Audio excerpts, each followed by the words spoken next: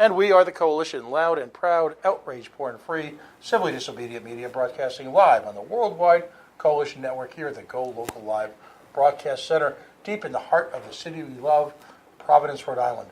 Facebook.com/The Coalition Radio, on the mighty Twitter at Coalition_radio, and of course the mothership at coalitionradio.us, where links to this and future and past shows, even dating back to our pre-digital days at WPRO, can be found. So, it is with great pleasure to introduce my next guest.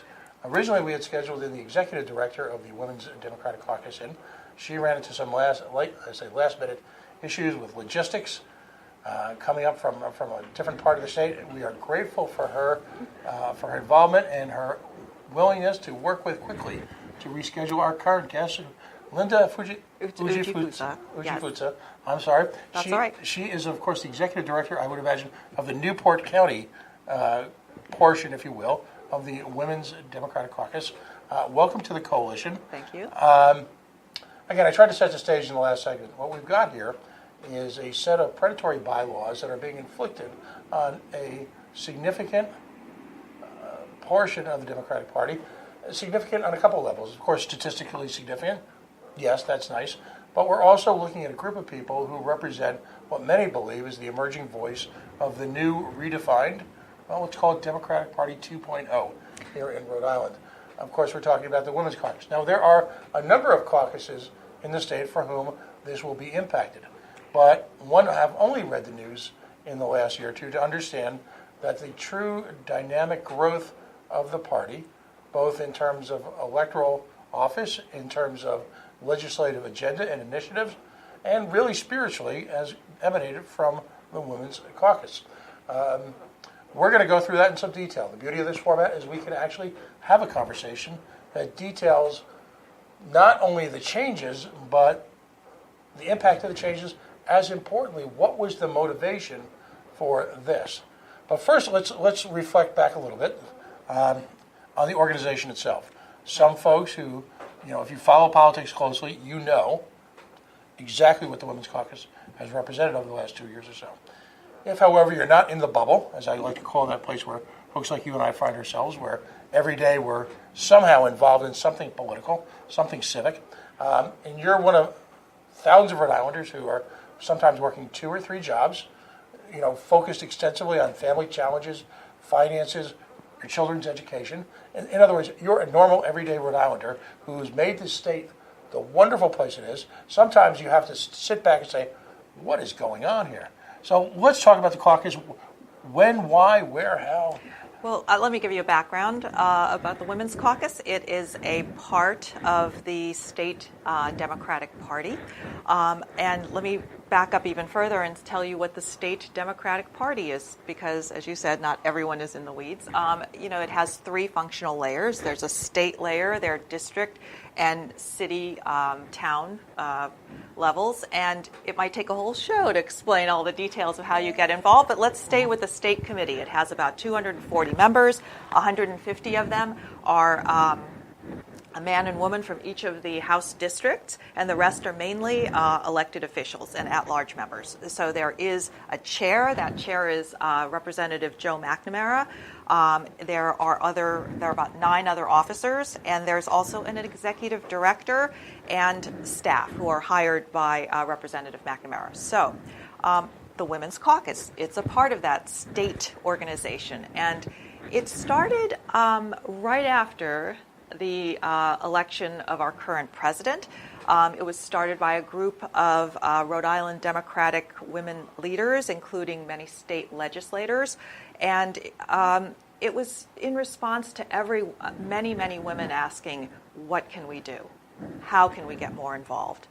And before I go too much further, I want to encourage all your viewers and listeners who would like to join and who are still asking, how can I get more involved, to go to our Facebook page, which is at RIDP Women's Caucus, or go to our Twitter page, which is at RIDP Women.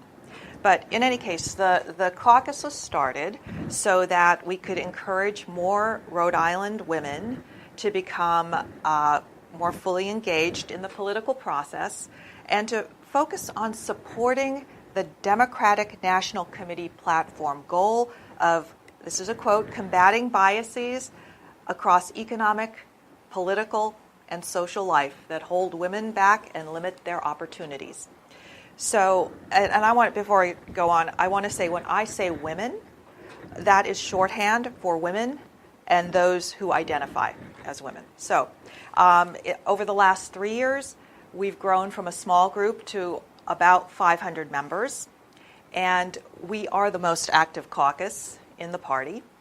And our members essentially do three things. One, we support candidates for state and local office, women who, and we do that by volunteering on their campaigns and raising money. So that's one important thing that the caucus has been very active doing.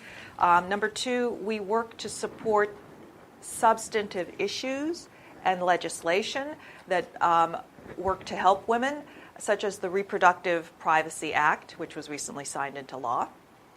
And also, and this is the third thing we've been doing, perhaps more than we would like, and that is to work on improving the state Democratic Party. And now, an early effort, just to give you a little history, of the caucus revolved around a former state representative and the second vice chair of the Rhode Island Democratic Party. His name was Joe DiLorenzo. For those who aren't aware, Mr. DiLorenzo made some fairly dismissive and inappropriate remarks about Representative Teresa Tanzi's descriptions of her own experiences of sexual harassment. And when the party chair, again, Mr. McNamara, and House Speaker Mattiello refused to remove him, the Women's Caucus successfully acted to call on state members to request an emergency meeting so that the state committee could discuss and vote on possible removals. Now, just before making that announcement that they had been able to get 60 members to ask for a special meeting, Mr. DiLorenzo resigned. So that was one of the first that was actions. Truly, really that was a galvanizing moment in the sense you folks had already built an active caucus, you were working towards legislation, but it was that one moment in time that really crystallized the frustration that a number of women, some new to the political arena, some who had served as legislators for years and held prominent places in leadership, that really brought together a very wide range of people, didn't it? It did, and it was a very hopeful moment because we got a very positive result. And so let us fast forward to April, so in April 2019, there was another state meeting, or a meeting of the state level of the Democratic Party, and a Women's Caucus member tried to make a motion to have the party review its bylaws. Now, the bylaws were last reviewed or written in 2011, so it seemed like a good time.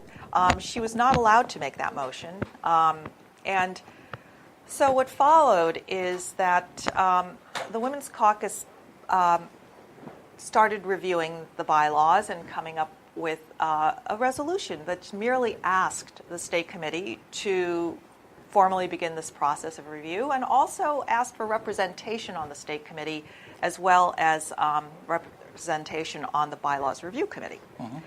Now, those requests were denied, and the next step that the Women's Caucus took was to come up with suggested revisions, and those were discussed and reviewed in a meeting of the entire Women's Caucus on September 12th, 2019. And we submitted those suggested revisions to the chair as well as the executive director. Now, fast forward, we are... let's take a step back, because that's, in a very real sense, the word of the day seems to be collaborative, by the way, but there was no attempt by your organization, your group, within the group, to engage in any sort of hostile takeover. What you folks had done was to sit back and really engage in a thoughtful analysis of the bylaws of the organization, and you submitted changes that were largely based on real-life occurrences from really just a handful of the past few years. And essentially we're looking to modernize the approach to the organization. Now, for everyone out there whose eyes are rolling back and saying, bylaws, schmylaws, understand that in a political organization, your bylaws are your lifeblood.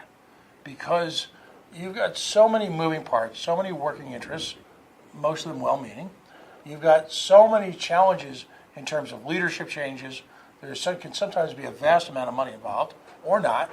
The bylaws are what brings the organization together. Failure to have good working bylaws results in chaos. Politics can be chaos enough. Running the state of Rhode Island can be chaotic enough. But if you don't have well-defined, orderly flow of information, people, processes, you can accomplish nothing. So I can't overstate how critical bylaws are. The two functioning committees in most political organizations that are really the lifeblood are bylaws and platform. Right. And it's interesting to me that looking at the Democratic Party in the state, I've got to come up with a good term for it, so maybe you can suggest one, but let's just say Democratic Party 1.0. Not so much interested in platform, my interpretation. In fact, it was a move in the Rhode Island State Senate just last year to eliminate the biannual platform reporting required under state law, because it didn't seem like people wanted to get together and build a platform. What does that say about a political party if there's no interest in representing publicly what you stand? Now, again, your caucus and other groups have worked aggressively on a town level to provide platforms. Seems straightforward enough. However, it appears to me that the old party, 1.0, is singularly dismissive of both platforms and bylaws. That's an outsider's perspective. Would you agree with that, or? Well, yeah, we would agree that if the goal of the Women's Caucus was to help women get more involved, that the bylaws were an impediment. Okay. And I think that any fair reading would tell you where those impediments were, and we broke them down into 4 general categories. I mean, and let's get into defining what your suggestions were, because I found them to be remarkably fair. Right. So the first one would be first category was to eliminate the unfair endorsements in the primaries. The second one was to increase financial transparency and accountability. Mm-hmm. The third one was to balance the powers among the chair, officers, and state committee members. Mm-hmm. And the fourth was to improve and better implement the current bylaw requirements that allowed you to participate. So let's go first to the eliminating the unfair endorsements in the primaries. So Rhode Island is unique in that it allows primary endorsements. Massachusetts does not. Other New England states do not. And not only are we unique, it causes an unfair advantage to be given to Democrats who are incumbents. And the 2 primary advantages are, number one, you get free access to the VAN, which is the Voter Activation Network, which is the list of voters and how you're able to sort them to know whose doors to knock on. And you can't, as someone who's been involved in door knocking, you cannot understate the importance of that list, because ultimately that dictates, particularly in a primary where you've got limited access, and say you're a grassroots candidate who may have limited funding, or in the case of some folks, work and aggressively represent districts that are both underserved and financially challenged.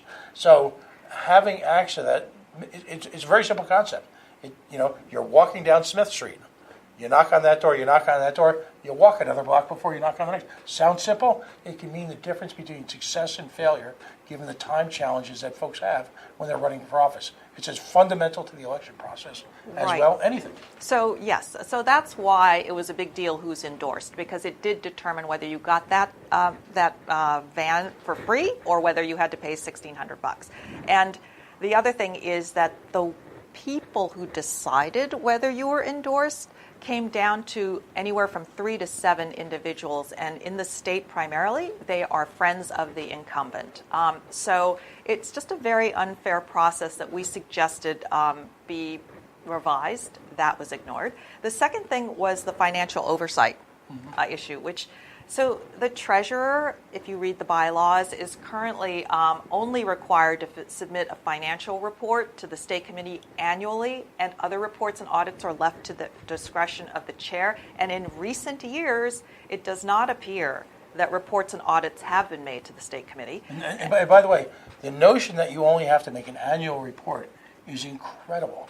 I belong to bowling leagues where you have to make a monthly report. I mean, I'm involved in a party, sadly, that's smaller than the Democratic Party, and our treasurer dutifully performs an analysis at every meeting, down to the penny, what was spent, how it was spent. And we just learned, or at least the public just learned a few days ago, that failure to report has led to what some would argue are grotesque abuses of contributions made to the Democratic Party, ostensibly to promote the Democratic vision. Where has that money been spent? Right. We don't know because under the old bylaws, it only took a signature. It didn't say who had to approve, but it did have language in it that said that the chair got to formulate policy regarding availability of state committee services to Democrats at all levels throughout the state. So that means that the chairman pretty much got to decide almost unilaterally how money was spent. And now they moved that number of requiring at least a second signature on checks from 2,500 to 25,000. So, which is, again, I mean, let's step aside from political governance and the fact that it's a political organization. We're talking basic, not-for-profit governance here. right. Really nothing more complicated than that. Let's not read into the political implications, which are obvious, by the way, and we'll cover later on. But I am not aware of any board in an organization of that size where someone can, for lack of a better term, to use the vernacular, do the downstroke on 25 Gs at their will. And if you can, for a moment, talk about the fine dining, if you will. Well, I mean, good. Right. We did. I mean, it came out, I guess, recently that it was at $230,000 approximately had been spent by the Democratic Party, and it's in the FEC report, so it is publicly reported. Right. But as far as how those decisions were made, I can pretty much assure you that there was no involvement of the state committee at large, or the whole group. It was a decision made by leadership, and again, that could just be the 10 people that were on the slate that the chairman recommended be elected, and they were elected. And so it's just different, if nothing else, from all the other states. I believe Massachusetts actually requires the submission of an annual budget, and so yes, it is it's potentially quite alarming, the lack of input that members have towards how money at the state level or at the state committee level is spent. And by the way, most of these contributions are coming from the very grassroots that these bylaw revisions are really attempting to marginalize. Right. So, and then that third category of concentration of power, it was alluded to with respect to financial decisions, but the chairman also gets to pick all committee members. And the chairman, at least in this latest draft, it used to be that the DiLorenzo case could be resolved the way it was. In the latest draft that came out, it looks like they've actually drawn a line through where it says the state committee gets to hear complaints and substituted the executive committee as the decision-making body. So now a DiLorenzo kind of complaint has to go to the executive committee. That's the 10 officers, and they get to decide what happens to that complaint. And so, potentially the very first action that galvanized us would not be possible to be taken because it would be filtered through the leadership of just a very small number of people. And if in fact if it is decided, and I'll use the coalition air quotes here, that there are no grounds for complaint, that complaint is dead, kept confidential and never disclosed in any form to, anybody. Right. And another sort of startling piece of the new proposed bylaws is that they are essentially muzzling the Women's Caucus by saying that this is a quote, caucuses may not issue any press releases or external communications related to party activities, including caucus activity, without express and written approval of the chair. So I guess I couldn't be sitting here talking to you today if I did not get written and express permission from the chair. Let's go back to the endorsement process, because calling in later in the show is State Representative Maura Walsh, who became a national figure because of, at that point in time, some fairly ludicrous processes in place to endorse. In the case now, we all remember Maura, a gentleman who was an active Trump supporter, just decided to wake up one day and become a Democrat. And somehow, in a critically important district, at a district that is, I say this always very carefully, represents really the backbone of Rhode Island. It's a district of working families, academics. It's a wonderful part of the city. But at the same time, there are a number of folks there who are the working poor. And so they are challenged already in the sense of trying to bring resources for a grassroots candidate like Maura Walsh.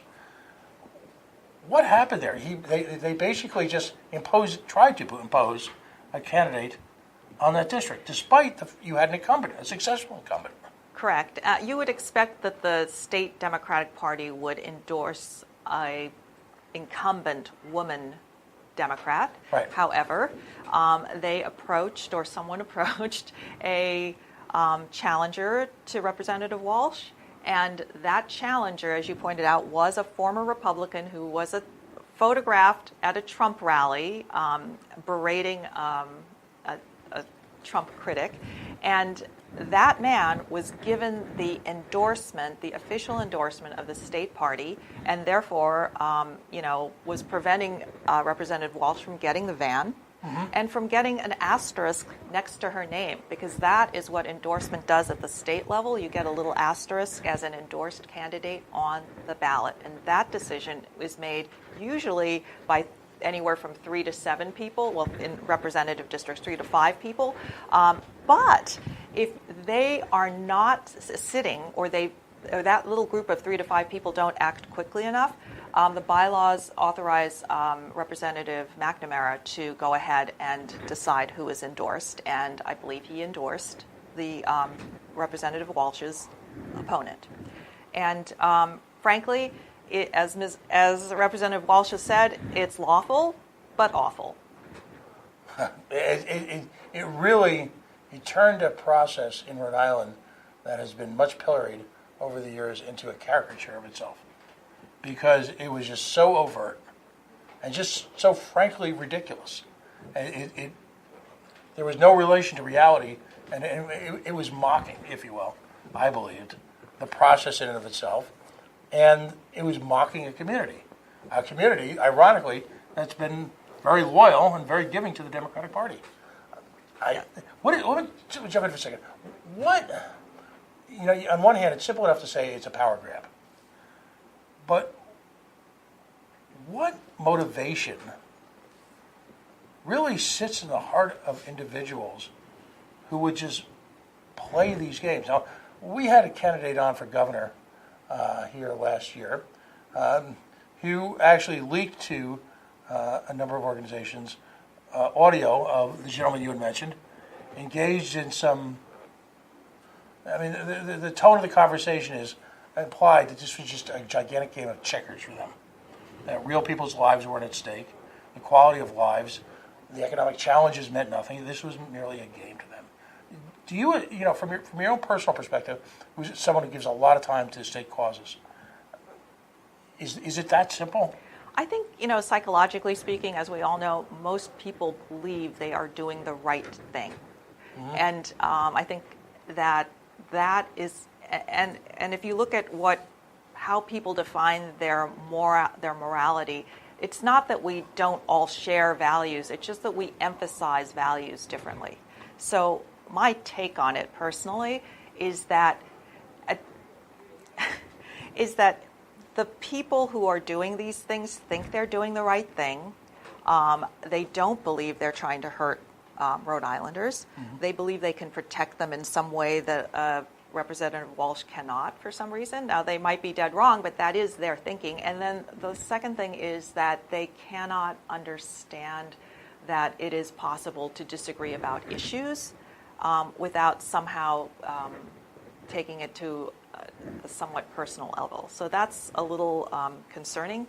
But I do want to say before we go any farther, Pat, that despite the critiques we're offering, that the Women's Caucus wants to make it crystal clear that we are open to discussing any and all issues with any member of the state committee, and that we do have a fundamental hope that we can move forward in this terrible time in the life of our country especially, but even at the state level, that we can move forward to work on democratic ideals because there is much more urgency of doing that, and that we are not all about simply tearing a party apart. That is not what we are trying to do. We are trying to rationally improve the situation that must be bad, because that is the only explanation for why independents or unaffiliated voters currently outnumber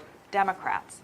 If our party was working perfectly, that wouldn't be the case. And we are simply trying to offer some suggestions, and we want to engage in conversation. So I hope that we can do that, and we look forward to working with the Democratic State Committee. Well, but what's interesting, and see, again, this is the history of this relationship has been that your organization is looking to aggressively work within and work alongside of the principal Democratic Party organization in the state in order to get Democrats elected. Because ultimately that's the goal of a political party, is to get Democrats elected so that you have an opportunity to implement your vision for the future of the state of Rhode Island. So the history all along, from a semi-outsider's perspective, I'm not a member of the Democratic Caucus, I'm not a Democrat, but it has been that you're looking to work cooperatively, provide suggestions, provide probably far greater detail and analysis of a variety of situations than probably is being provided by the party itself based on conversations I've had with some people. To wit, one activist I know actually suggested that it's almost like they looked at your suggestions and decided to do the opposite. Well, possibly if they viewed our suggestions as things that would weaken the ability of Democrats to win office, then they did feel justified. And I know some of the members of the Bylaws Committee, and I do believe that they are decent people, that they try to do the right thing. So it is simply that we might agree on the goal, but we have a very different vision for how that goal can be achieved. Right. And I do think, though, that as long as we agree that we have the same goal, that there is hope of moving forward together and not simply sniping at each other. And I look forward to trying to discuss what our suggestions are and how they will make people trust the Democratic Party more and support our candidates more, which I think adhering to what we're suggesting would do. Okay. So were any of the, you've got members of the Women's Caucus who are our district representatives. Were any of them on the committee to do the bylaws revisions? Well, there are, let me think, there are no sitting representatives or senators on the executive committee, and it was the executive committee primarily who worked on the revisions. So. All right. So, but they are members of the overall committee, and they were present at the discussion and took a vote. Right. And by the way, the vote for this is on the 18th? The vote at the state committee level is on the 18th, Which will be the final approval, if you will? Possibly. We are hoping that, and we are beseeching members of the state committee to vote to not approve these suggested bylaws, at a minimum to send them for further, what is it called when you further do that? Study. For further study, rather than just pass them. And we will be making efforts to reach out to state committee members. Right. Because I know you've listed your suggestions. Some of the provisions in this are pretty onerous. I should probably, we've just met, my outrage at situations is ecumenical, if you will. I can get equally outraged at just about any situation and it's not my intent here to beat up on the Democratic Party in the state or any one individual, but the power to establish caucuses now resides solely in the Rhode Island Democratic Party chair. The very nature of caucuses are that they are grassroots and arrive from perceived or real, sometimes both, either whether it be slights or needs for change. That's how caucuses happen. If the chair feels the need to open up a caucus, he or she typically would have the power within their board to make the changes without the need for a caucus. This, to me, is an amazingly critical point. It may seem tiny, but caucus membership rolls become the property of the parent party, if you will. Yes. And, that's your intellectual property. Those membership rolls, those who contribute, some of that's public, some of that's not. But that belongs to you folks. That's something that you've worked hard to earn over long nights, long meetings, door-to-door knockings, people who have, engaged in what I consider the ultimate patriotism at a state or local level, which is run for public office. The folks women who have run for office as part of your caucus are the primary reason why your membership continues to swell. Because they recognize the value from their perspective of the philosophy that your members, and particularly your members running for office, engage in and are willing to sign on along with. That's a critical point. This has got to be aggravating. You raise money. Yes, we do raise money. You raise money, and raise money that you, for specific purposes, which are advancing your candidates, advancing and educating people on your philosophy. That money now goes straight to the $200,000.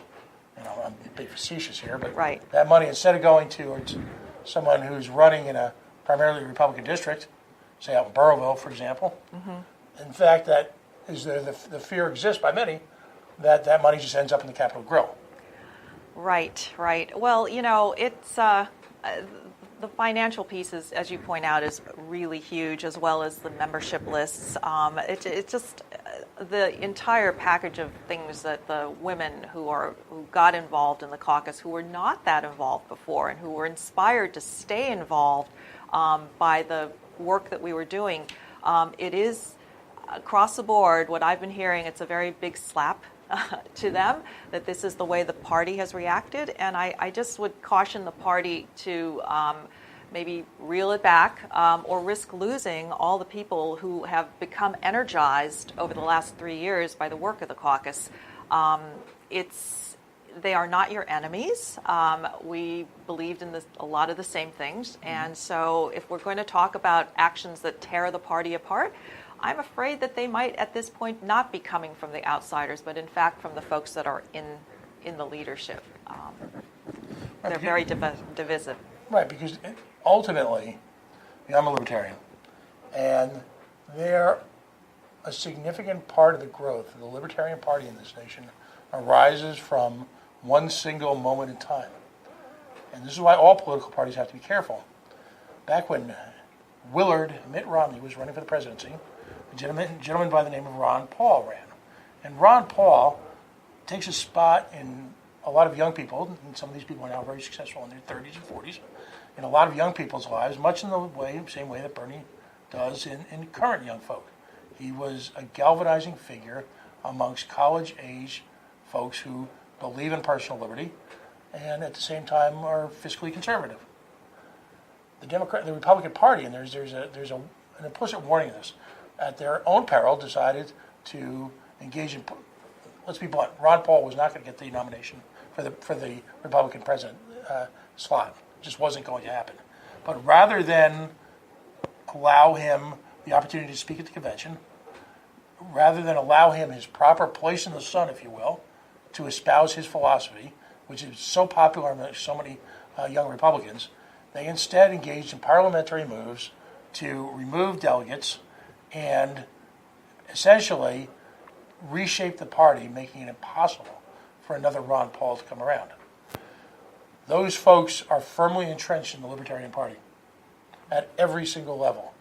And I would just say, I'm not going to ask you to comment on this, but I would just say to the Democratic Party, be very careful, because there are other organizations, the Working Families Party, for example, captured seats in the Philadelphia City Council this week in a shock to many establishment Democrats and even Republicans.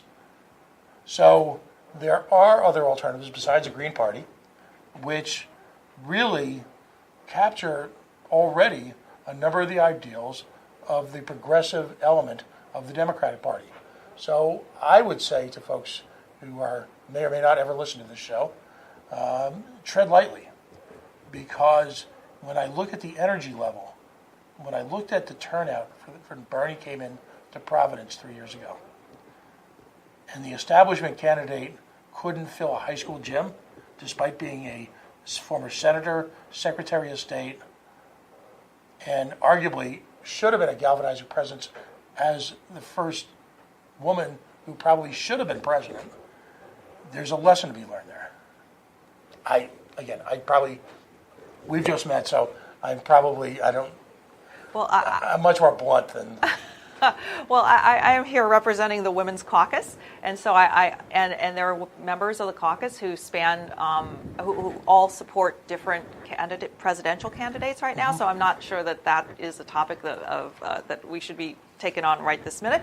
But I do want to say that we appreciate you letting us talk about this. Yeah, and I'd like you to spend just a couple minutes, if you have time, to go into. Let's be positive now. Let's look to the next legislative session. You folks had a singular win in this past one, where it seemed like all was lost, and at the same time, you folks were again. I guess the other word for tonight is galvanized. But you reached deep, and you managed to overcome a lot of institutional barriers on a lot of levels, which is hard. It looks easy on TV. Yeah, it's hard. Right. I mean, the amount of time and energy and just hard work that went into passing the Reproductive Privacy Act was astonishing. And many of them, most of them, are members of the Women's Caucus. And I do believe that I don't want to jump the gun on our legislative committee. They're still sorting through what they'll be supporting in 2020. However, of course, climate change, health care, racial and economic justice issues are going to be on our plate. And we hope that we can add a voice to supporting that kind of legislation. Yeah, and I would ask you, as a personal request from the audience here, there is a great deal of cronyist economic racism that's taken place in the state. When you look at organizations like the Wyatt, when you look at organizations like Twin River, like any one of a number of state-sponsored economic forces, which are dropped typically into communities that are challenged, where I think great coalition opportunities exist for people of goodwill, which your group certainly represents, to start to fight those, whether it be what's trying to happen in South Providence, what fortunately was squashed in Burrillville. There is this tendency by this government to drop those bombs into communities that, frankly, don't deserve them. And I applaud. While we may not always agree on policy, I applaud the activism and the aggressive stance your organization has taken, because it's necessary. We have to shake the state up. Frankly, right now it isn't working. And probably it's a combination of philosophies that can turn it around, but ultimately it's good people just coming together and finding agreement and making policy work for people. Right, and we have membership from all over the state, and we are very confident that we will be able to move things at a grassroots level, because change always happens from the bottom up, really, and not from the top down. So we look forward to better days ahead, including, we hope, stopping the proposed changes to the bylaws that are proposed now. Well, the sheer level of outrage that's come out, and it's interesting who's reported on it and who hasn't. Again, Mr. Alquist continues to do yeoman's work, following these challenges down. I read today his series of pieces that covered everything from Wyatt to this, as well as the latest economic giveaway to that was painted with pretty pictures about helping people in inner city communities, when in fact it's nothing more than just another giveaway to developers. folks like him are aggressively reporting on this, and yet it seems like the mainstream media seems to be reticent about challenging the hierarchy of the Democratic Party in the state. Well, we thank you. We thank Steve Alquist, who is an absolute hero of mine. And it's actually the only way for people to learn about a lot of the issues is to listen to what's become grassroots journalism. And, if it weren't for you guys, I think most of these stories would be absolutely buried or relegated to a very marginal position. So thank you. And No, it was an absolute pleasure to meet you. thank you. And don't be a stranger. And again, let's continue to have a dialogue that's issues focused. Right. But to this challenge now, in order for you to have that platform that you need to focus on issues, you need to overcome the structural. And unfortunately, for a lot of good government groups in the state, overcoming the structural seems to be the battle for 2020. Yes, indeed. Well, best of luck, all of it. Thank you. We're going to take a quick break right now. We're going to have Maura call in, and just as someone who's been a warrior in this issue, has felt firsthand the sting, if you will, of attempts to be silenced. And, well, we all know she wasn't. I don't think is ever going to be. But we're going to ask her to call in just a minute. We are the Coalition, loud and proud, outrage born free, civilly disobedient media, broadcasting live on the worldwide Coalition Media Network here at the Go Local Live Broadcast Center, deep in the heart of the city we love, Providence, Rhode Island. Facebook.com/The Coalition Radio, on the Mighty Mighty Twitter at Coalition_radio, and of course our website at coalitionradio.us. We'll have this up in podcast form for you to listen to, hopefully this weekend, and we'll certainly continue to cover this issue in terms of documentation and what really matters, not just the hearsay, the innuendo, or in some cases the character.